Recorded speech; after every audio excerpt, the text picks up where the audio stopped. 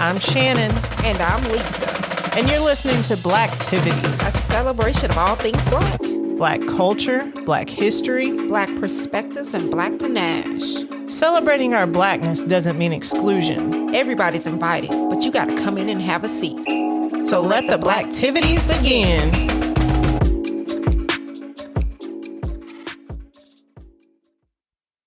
Welcome to Blacktivities Pod, where we love to celebrate us.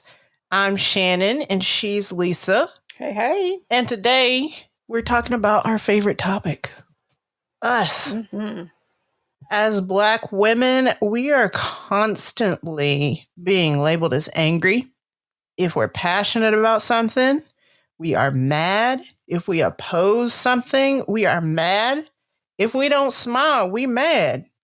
Well, damn it, shouldn't we be mad? We should be mad. Look at what we've been through. Look at what we have to deal with on a daily basis. So this situation occurred at the workplace. When you work in certain fields, and I'm not just saying there's only, particular fields, because everyone experienced some type of racism or just something, no matter what job you're in. But this, particular situation, I encounter a lot of customers, especially when I first start working where I work, where I was the only African American in that space. And I would get comments from customers telling me that I was lucky to be in the position that I am, considering I'm assuming that me being Black, I was pretty for a Black girl. These are some of the things. So when you're constantly hearing things that are just ridiculous on a regular basis, of course, you're going to get irritated. But one particular day, I had this customer that was being very disrespectful to the point to where I had to, and we do this often when we code switch, and I felt like I was losing my code switch because it was getting to the point where, she was already past disrespectful, and here it is, I'm being respectful, to where I had to switch up and let her know that I'm not the one. And when I did that, it caused, in my opinion, my coworkers to look at me like, why she do that? Like, why did she say that? Versus them stepping in and again, in my opinion, saying, hey, this is not okay. This is unacceptable. We have to be respectful here.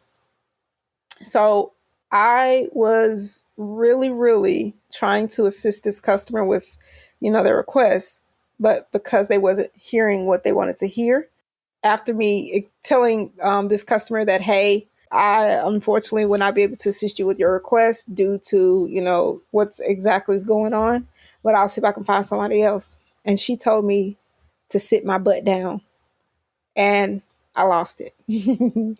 So I informed my coworker, I need a minute. I need to just walk away. I need a minute because I'm about to flip out because she's being very disrespectful. As I was walking out, I heard one of my coworkers say, why is she so mad? Well, yes, granted, she wasn't there to hear the whole conversation, but she knew what the customer said to me. But if it would have been someone of another race, do you think that would have happened? Do you think she would have asked why I was so mad? I don't think so. Yeah. So it's just crazy. I again want to make sure that I'm not passing anything on or teaching my children, any of the bad habits that we may have, especially when it comes to dealing with certain situations. But we are entitled to be upset about something. We just have to make sure we're finding the correct way of dealing with it. Right. When you lose the ability to code switch, is a problem. Yeah. It's on and popping. Yeah. So with that, let's go ahead and let's see if you can share some facts with us. Give us something interesting.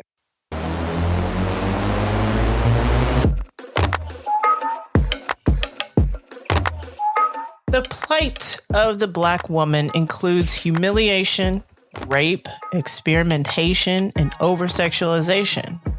Forced to stand naked at auction and undergo physical exams to determine reproductive ability in front of a crowd of onlookers, determining her worth by how much money or pleasure she could bring. She had no dominion over her body, time, or image, as she could be forced to fulfill massive sexual desires while being told that he could rightfully take it because she was his property and seduced him. She could also be forced to have sex to make more slaves and therefore more money, and then was thrown right back in the field after giving birth, or forced to take care of his kids and neglect her own. She was experimented on, sterilized, and mutilated for the sake of science without anesthesia by people like James Marion Sims, the so-called father of gynecology, who, by the way, has half a dozen statues around this country.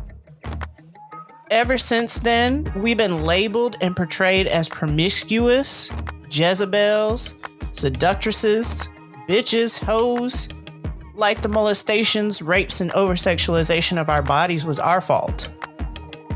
Meanwhile, we are the last to get any rights or fair treatment, called out of our names, ignored, and passed over for jobs and promotions that we are overqualified for.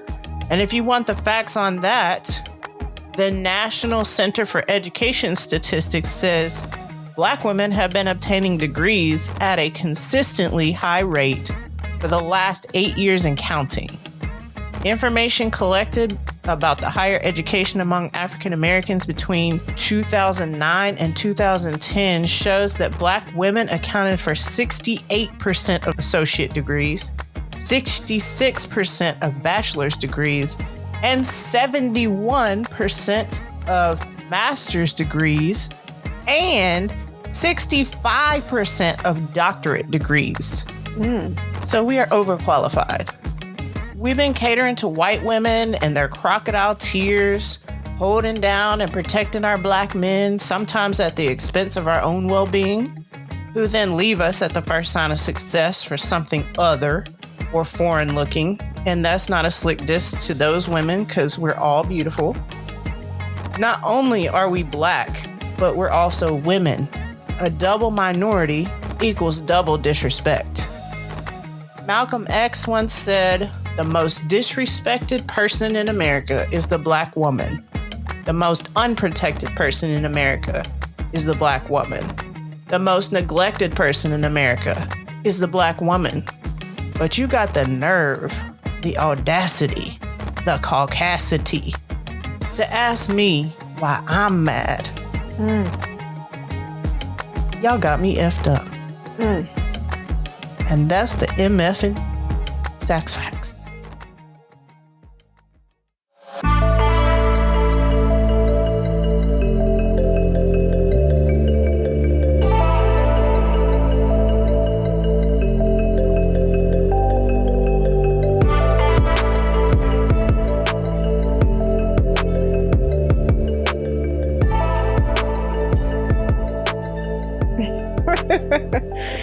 That right there, the Malcolm X quote about African American women being the most unprotected, the most disrespected. Like, I mean, obviously that is very popular. Everyone knows that, but that doesn't stop the question of why are we so mad?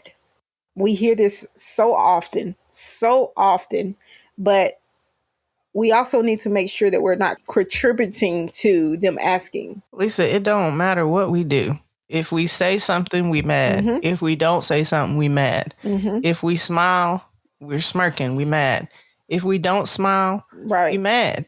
Like, it doesn't matter what we do. If we breathe wrong, we mad. And it's crazy. It is really crazy. Another thing is you said aggressive. Didn't you say something about being aggressive earlier? We're labeled that. Yeah. We're not aggressive. In my opinion, okay, I feel like we're not. I wouldn't say we're aggressive. I say that when it comes to certain situations, we stand up for ourselves. And that's basically it. We stand up for ourselves. We call it for what it is. And anytime I feel like Black women call it for what it is, or, we're right there addressing an issue or problem up front, we're being combative. We're being like the difficult problem. We are starting issues. We are being difficult. And again, it's not it. We're not hostile. We're not overbearing.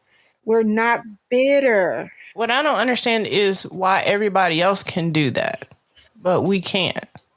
It comes with the territory of, again, African American. Like women, we just don't get that same respect. And yes, we run into situations where the black man may not be taken seriously, but men support men. So somehow, and this is just my opinion, African American men are giving, extra opportunities, or may, be looked out more before the African American woman. So that's why it's very important that we all stick together, especially our black men, make sure they're doing their part to support the black women, because it can get lost in translation when it comes to us black women getting the same treatment when it compares to other ethnicities. Even though we are not mad all the time, I feel like we have plenty of reasons that we could be mad. Hence, Sax Facts. And so we asked black women on social media why they were mad. What reasons do they have to be mad? And here are some of the responses we got. PM Kester from Instagram stated, "I'm angry because if my voice raises an octave, I'm angry. Maybe I'm speaking louder because when I speak in my regular tone, you act like you can't hear me." Another Instagram follower, Baddies with Business, stated, "I'm mad that we don't get the financial backing that we deserve as small startup businesses," which is very, very important. It's an issue. Another Instagram follower, Quranism, stated, "My anger is righteous. I'm mad about the, in quotations, pink tax that includes other constantly challenging my womanhood, worth, and choices. And my uterus belongs to me. I am not a thing to be legislated," which is very, very important. But that pink tax, though, that she's referring to is the tendency for products marketed to women to be more expensive. So, like, you know how there's men's and women's razors? Like, the women's razors are going to cost more. Right. All right. Valita shared with us that she'll be in a meeting and she would suggest something, and her counterparts will look at her with blank stares and keep moving, which is, in my opinion, that's very disrespectful. 10 minutes later, someone that may be Caucasian will say the same thing that she said, and it is looked at like it is the most genius idea ever. I have to admit, I agree with every one of these here. Us as African American women, we're not taken serious. As soon as we walk in the room, we're automatically given that stereotype that we are the angry black woman, which is just bananas.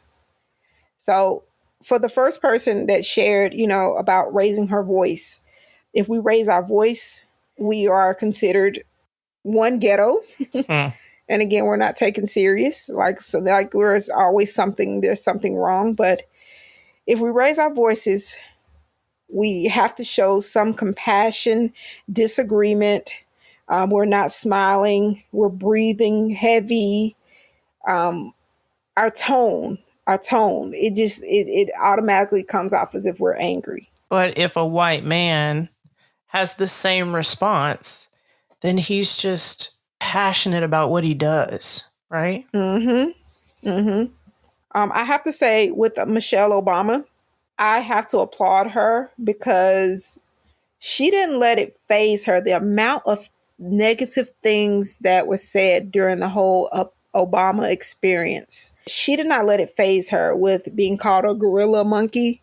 Anytime she did come with something intelligent, they still found some type of way to cut her down, which is bananas. Like her whole perspective of being a first lady and the things that she did and how active she was at being a first lady compared to the other first ladies. I mean, it's amazing. I've seen her out and about more than anybody. Right. And they called her aggressive. Yes. I mean, that's just bananas. Like, why couldn't she get the same, slack that the other first ladies did? Right. But Melania. Girl, don't talk about her. I wasn't even going to say her name. Melania was like, oh, she's beautiful and just the epitome of class. But we looking at her picture in Playboy. Right. Cootie cat all out. But she got all the respect. They talk about she is one of the top 3 first ladies of all time. And I was like, how? She ain't do nothing. She nothing. They got her on tape talking about how she don't want to be first lady and how she tired of decorating the White House and it's stupid. How you gonna be the first lady and they got you on tape? But yeah, I just think it's bananas though. How, again, Michelle Obama, her whole portrayal, how she got it bad when everything she did was positive. Like she's the epitome of amazing. I want to go see her, that picture that was painted of her. Oh yeah. That portrait. Oh my God, I want to see that in person. That's gonna be amazing. But anywho. I also feel like as Black women, like we are very loyal. And I feel like people take advantage of that. Like our loyalty gets abused. People ignore us. Like when we have ideas or we have opinions, they kind of get written off or, that won't work. I was listening to something the other day, like a podcast, and it was talking about Issa Rae and how when she got her start, somebody actually told her that people were not going to want to look at her on the screen. So her idea wasn't going to work, that she was not pretty enough. And I thought, wow, if she had listened to all that, look at where she is now. Right. That was just disrespectful. Right. But the ones that were pretty enough to be recorded and do things, for instance, Stacey Dash, they thought she was just beautiful. Of course, she has gray eyes. She was in the movie Clueless. She was given like a higher platform. But then again, I don't know if you've seen her lately. When she recorded a video, her crying because she just found out DMX passed away years ago. It's not funny. I'm sorry. That's just an example of mental health, though, and how maybe I'm a conspiracy theorist when it comes to this. How sometimes certain African American women are just used for certain things. Mm-hmm. And it does something to your mental health. Mm-hmm. It really do. It does something to your mental health. I feel for her, but we got to be careful making sure we're supporting each other. We're aware, and that we're checking each other too. We can't be afraid to check each other. But checking each other in a respectful, like sisterly way, like, because I feel like sometimes Black women tend to be catty, and it's just like coming at other people and trying to make them feel bad. But like we need to be sisters. Like we're in this together. I totally agree. Another issue is being overlooked for jobs and promotions. Now, this is a very sensitive topic for me. And I don't want to say, I don't want to go too much into detail with this, so just in case. But I do feel like I was overlooked for a job or a higher position. But at first, for a good while, I was really, really angry about it. I really felt like I was overlooked for that position. I felt like I was really qualified. But after a while, I started doing some self-analyzing of myself. And I feel like we should, look into this to make sure that we're not labeled angry Black women. And I realized that maybe I wasn't fit for it. And this is just my opinion. Because if there was a situation to where it gets a little, out of hand, you can't change up. You can't code switch at all. Like you got to stay on task. And I feel like I need to work on that a little bit more, because if you get real disrespectful, baby, I'm going to get disrespectful with you. Like I really am. So we have to make sure internally we're not contributing to what their stereotype is. We have to make sure that we're not, but don't feel some type of way though. It does happen. Well, I feel like what God has for you is for you, and he might have been protecting you from something, but I think so too. I have had a conversation with a friend of my mom's who she was with a company for 20 something years. And she was talking just about how disrespected she felt because there were many times where, despite her loyalty to the company, she was overlooked and people would get promotions and raises over her, even though she'd been there forever and she knew what she was doing. And then they would have her like trying to train people how to do stuff. And that just is not right. Wow. It's not. It's not fair. It's not fair. One thing, I feel like it's a total smack in the face when you are like, you have everything they need for a job they're hiring for, and they turn around and they hire somebody else, and then they come and look at you and want you to train them. Mm-hmm. And you're like, what's why? Like, you want me to cooperate? No. And that's where our being illogical, or you know what I'm saying, Right. like bitter, that's where that comes into play. Like, you knew that I could do this job, you knew I wanted this, but you intentionally went and hired somebody else, and then you come to me and want me to be the big person, be the ideal employee and train them. Right. Like, no. And then now I'm petty. Right. And now you want to throw that in the mix. Right. I also feel like people don't really care about our health and our well-being. Like, Black girl goes missing, that may not even make it on the news, right? Right. But, you know, a white girl goes missing, they got a whole search team out there looking for her. In one of my pieces, I do say that there's this gentleman, I think his last name is Jamie Inez, if I'm not mistaken. He is a poet. But he did share that there are no Amber Alerts for ambered skin girls. And I thought that was just amazing. I shared that in one of my pieces. But how many alerts do we get for African American women? I don't ever see anything saying this African American woman is missing from so and so, and we're trying to find her. Like, I wish that we could go and just ask them, why is it like that? Like, why do African American women not get the same, you know, lookout like Caucasian women when it comes to that? Another thing is, I feel like we are expected to take on the burdens of everybody else. We have our own burdens, but there's this stigma of the strong Black woman. And yes, everybody wants to feel like they're strong, but that also puts a lot of pressure on us to be able to do it all and to be able to take care of everyone. And it leads us to feel like we're failures and things because we struggle through it. Right. I don't want to have to be strong all the time. Right. But unfortunately, that's what we're taught. Because we are Black women and the things that we have experienced, we're taught that. We're taught that we have to be strong. We're taught, this is embedded in our DNA as Black women, that we have to, no matter what, we got to stand up and we got to take care of it. Like, there is no room for taking a mental break. Like, whatever it is, you need to figure it out or have a plan B or C when it comes to it.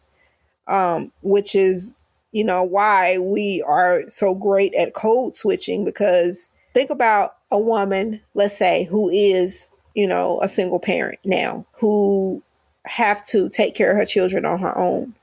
This is doctor's appointments, making sure that they have medical insurance, you know, insurance in general, making sure that they're fed. And it's harder now to get food stamps or anything like that. You know, it used to be you have kids, you automatically get food stamps. Not anymore. That woman has to be the mental stability and the stability period when it comes to the children being taken care of and when it comes to the responsibilities. So when she goes to work, there is no room for having a mental breakdown. There is no room for anything. So on top of those stresses outside of work, she still has to work. She still has to take care of those things. And let's say if she run into a situation where mentally she's depleted, she does have that mental break, and her coworkers look at her and be like, why is she so damn angry all the time? Right. We just gotta cry our little tears and wipe our faces and put that mask back on and go on about our business. And there used to be so many times where I had to do that as well, where I just had to cry my little bit and then jump back in there because there was no other option. There was no one there to check up on me or make sure I was straight or provide some type of, reason or option to where it could help my situation. Because we got to hold everybody else together. Exactly. We're that intricate piece that holds everybody else together. But can you see like the residuals of our history in Black women today? And is there like some sort of trauma response that we have that you notice? I don't know exactly how to answer that, but I do want to add that we did have an Instagram follower reply when you did, ask this question on our Instagram page, Blacktivities Pod. Miss Carla, who is an amazing singer. You can check out some of her music on Spotify. She is an amazing singer. Miss Carla Felicia shared that my first inclination is to gaslight myself for commenting on what I'm afraid about, and I'm mad about that. I just got out of an emotional, abusive relationship with a Black man who reserved white women for pleasure and made me his mule. I'm mad at him, but I'm also mad at the systems that informed his behavior and informed his consciousness. I'm mad that he was victimized, and I'm mad that he, in turn, victimized me. She also said, I'm also mad that I don't believe I could do better, that I deserved it, and that I should be grateful it wasn't worse. And that right there, I felt that more than anything. The comment saying that we deserve it and that we should be grateful. I hear that often. Going back to the comment or when I got my position at my job, that I should be grateful for having the job that I have, being in the position that I am, and what that customer was referring to was me being Black. Like, we're grateful, but we are grateful at our standards, not yours, not because we're Black. We've always known we were amazing. We've always known that. But it just sucks that we're put on that level. And that comment stood out to me because first, when she says her first response was to gaslight herself for commenting on what she's mad about. Mm-hmm. And that in turn made her mad. It's like we've been conditioned to think that we don't even have the right to be mad about anything. Yes. We're supposed to just accept it. And I'm gonna be honest, when you post it, like the video asking, I'm gonna be like, it's gonna be so many people that bypass it because they're not gonna know. They're gonna feel like, well, that's contributing to them being an angry Black woman, is talking about it, is addressing it, that they're not. And that's not the case. This is our whole thing. So especially with this podcast is to shine light on the issues and put the right perspective out there of what it truly means and our thoughts when it comes to that. So I have to say, I thank all of you guys for, sharing how you feel. It's very vital that this information is put out there, but it's also important that we take heed and we take note of what is being said and we address it among ourselves. That way we know how to properly present it out there, because we need to make sure we're stable when we're out in this world. But the whole point is that's a trauma response. Like, that's conditioning. We've been conditioned to think that we cannot be mad because the world labels us as being mad regardless of what we do. So we're doing like the opposite to try to not fall into that stigma. But if you think about all the things that we've been through, all those things in Sax Facts, all the things that we still deal with, all the residual just conditioning and, trying to overcome that stigma, trying to overcompensate because people say that we're angry. Like, that's a trauma response to me. Yes. Yes. And we have so much stuff that we really could be mad about. Like, if we wanted to be mad, we are rightfully deserving of that emotion because we are disrespected, we're overlooked, and we are supposed to just take what everybody else gives us. Let's do our Blacktivity. Okay.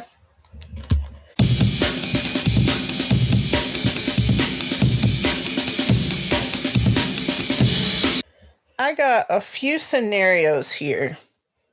This Blacktivity is called Y'all Got Me Effed Up. So your response is either going to be, yeah, that's cool, or y'all got me effed up. Do I have to say effed up? You want me to say effed up, or are you like? Can I say? You can say what you want to say. It depends. It depends on the scenario. Let's go ahead. You can say what Y'all you stay want to tuned.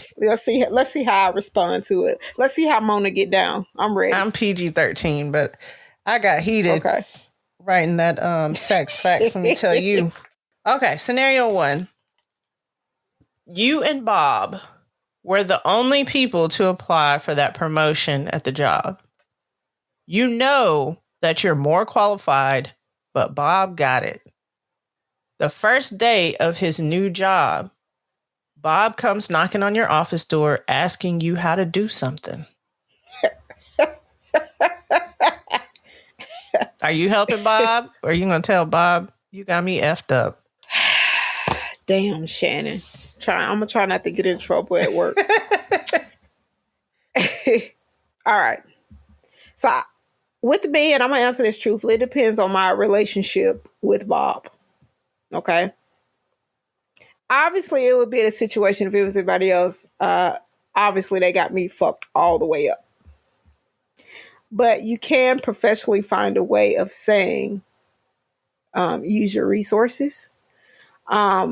I think more or less like we do go out of our way. We go past, our job descriptions, for the sake of the company and making sure things go and flow smoothly. But I think Bob needs to go use his resources. Bob got the job. Bob is getting paid for that. Then Bob needs to go and figure it out. You got it, Bob. Yeah, Bob. Unfortunately, I do apologize. Won't be able to assist you with that. But let me direct you over to this binder here that does have the information for how to do it, or I will email him the procedures on where he can find how to complete whatever task he needs to complete. And that's going to be on him to figure out and decide. Because do you think Bob would assist me with that? Bob ain't helping. Right. Bob, you got the promotion. Right, so. You got it. You got it, man. You got it. That's your job description, sir. I'm sorry. That's not within my authority, sir. That's above my pay grade. Yeah. I try to find the best way of saying that's above my pay grade. But yeah, that's what I would do. I would inform Bob that, I'm unable to do that. That's not in my authority record, but this is where you can find it. Okay. Instead of totally shutting him off. But in my mind, I will say, you got me all the way fucked up. All right. What about Becky? Becky loves your new hairstyle and she reaches out to touch it. Now, I've been in this situation before. And I've also talked to my children about this, in which this used to happen to them often. This is where I will politely raise my hand to stop Becky and say, girl, and in my own way, I say, girl, don't touch my hair. What you doing? And then I'll inform her on, girl, don't do that. What you doing? Give me my space. I may make a joke about it, but again, I'm finding a professional way of doing it. I don't want to be angry, but just inform her that, you don't do that. Don't do that. I ain't walking up on you touching your head. Don't be touching me. But in my mind, I am thinking you got me fucked up. But again, finding a professional way. So we also got Karen. Karen's kids go to school with your kid. Karen complains that her kids are being made to feel uncomfortable because your kid decided to wear some kind of shirt, like a Black Lives Matter t-shirt or something with a fist on it. Right. Okay. So she goes to the principal of the school and she's crying, and the principal suspends your kid. You got me all the way motherfucking fucked the fuck up. First of all, for her to go to the school and they suspend my kid, that's bananas. Okay? That right there is bananas. And I wish my children's school would do that. Because I'm gonna be honest with you. They do have shirts like that. Like my oldest daughters, they had matching shirts that had like black women with different hairstyles on it. And I think it said like beauty is black or something. Melanin is love or something like that. It had something positive. I buy my children shirts like that all the time. I wish they go to school and they get suspended for wearing a shirt that encourages their blackness. So you go into the school if they tell them take it off? I'm going to the school and got it. Well, I ain't going to go to the school and clown. I'm going to go to the board. Because, you go to the school and clown, you going to jail. Right. Okay. Last scenario. So Susie, right, she wants to understand your plight as a black woman. And instead of like going out, looking on the internet or doing her own research, reading books and things like that, she just wants you to tell her what she's supposed to do and how she's supposed to treat you or interact or how she can help the situation. So for me, when I encounter Caucasian women that are like this, I don't take offense to it because I look at it as if like, depending on their delivery, that they're really trying to understand, because obviously they have not been told, or they're not sure, or they're coming from a neutral standpoint. So depending on what she asking, I'll probably answer her questions. That way she won't make the mistake of saying something or doing something that she was possibly taught that was inappropriate. So with me, I wouldn't have an issue with just, discussing or giving information. I'm with you on helping Susie out. Like, that's a teachable moment to me. So I don't take offense to that. But I know some people do take offense to that. But anyway, I'm ready for Lisa's piece.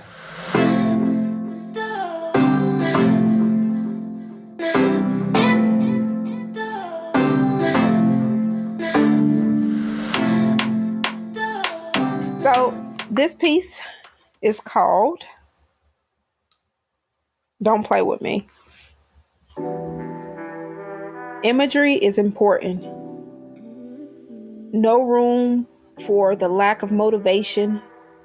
Many barriers to be that chick. Many barriers, but I'm still firm. Many barriers, but being unsuccessful isn't one of them. She isn't so nice. She is so short with me. She isn't fit to lead. Stereotypes placed instead of recognizing when her tinted skin works harder. Melanin skin, far from a performer. Actions deserving of an Oscar. Her switch up so the majority feels comfortable. Bend the rules so they feel superior. Look internally at what's going on. Opportunities harder to grasp. Judgment based on her skin color, so it's a must to be assertive.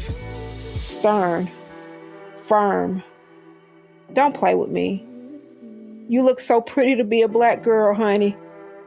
Don't be so disrespectful. You're lucky to be in that position that you're in. You've come such a long way. Please, don't play with me. But why are you so mad?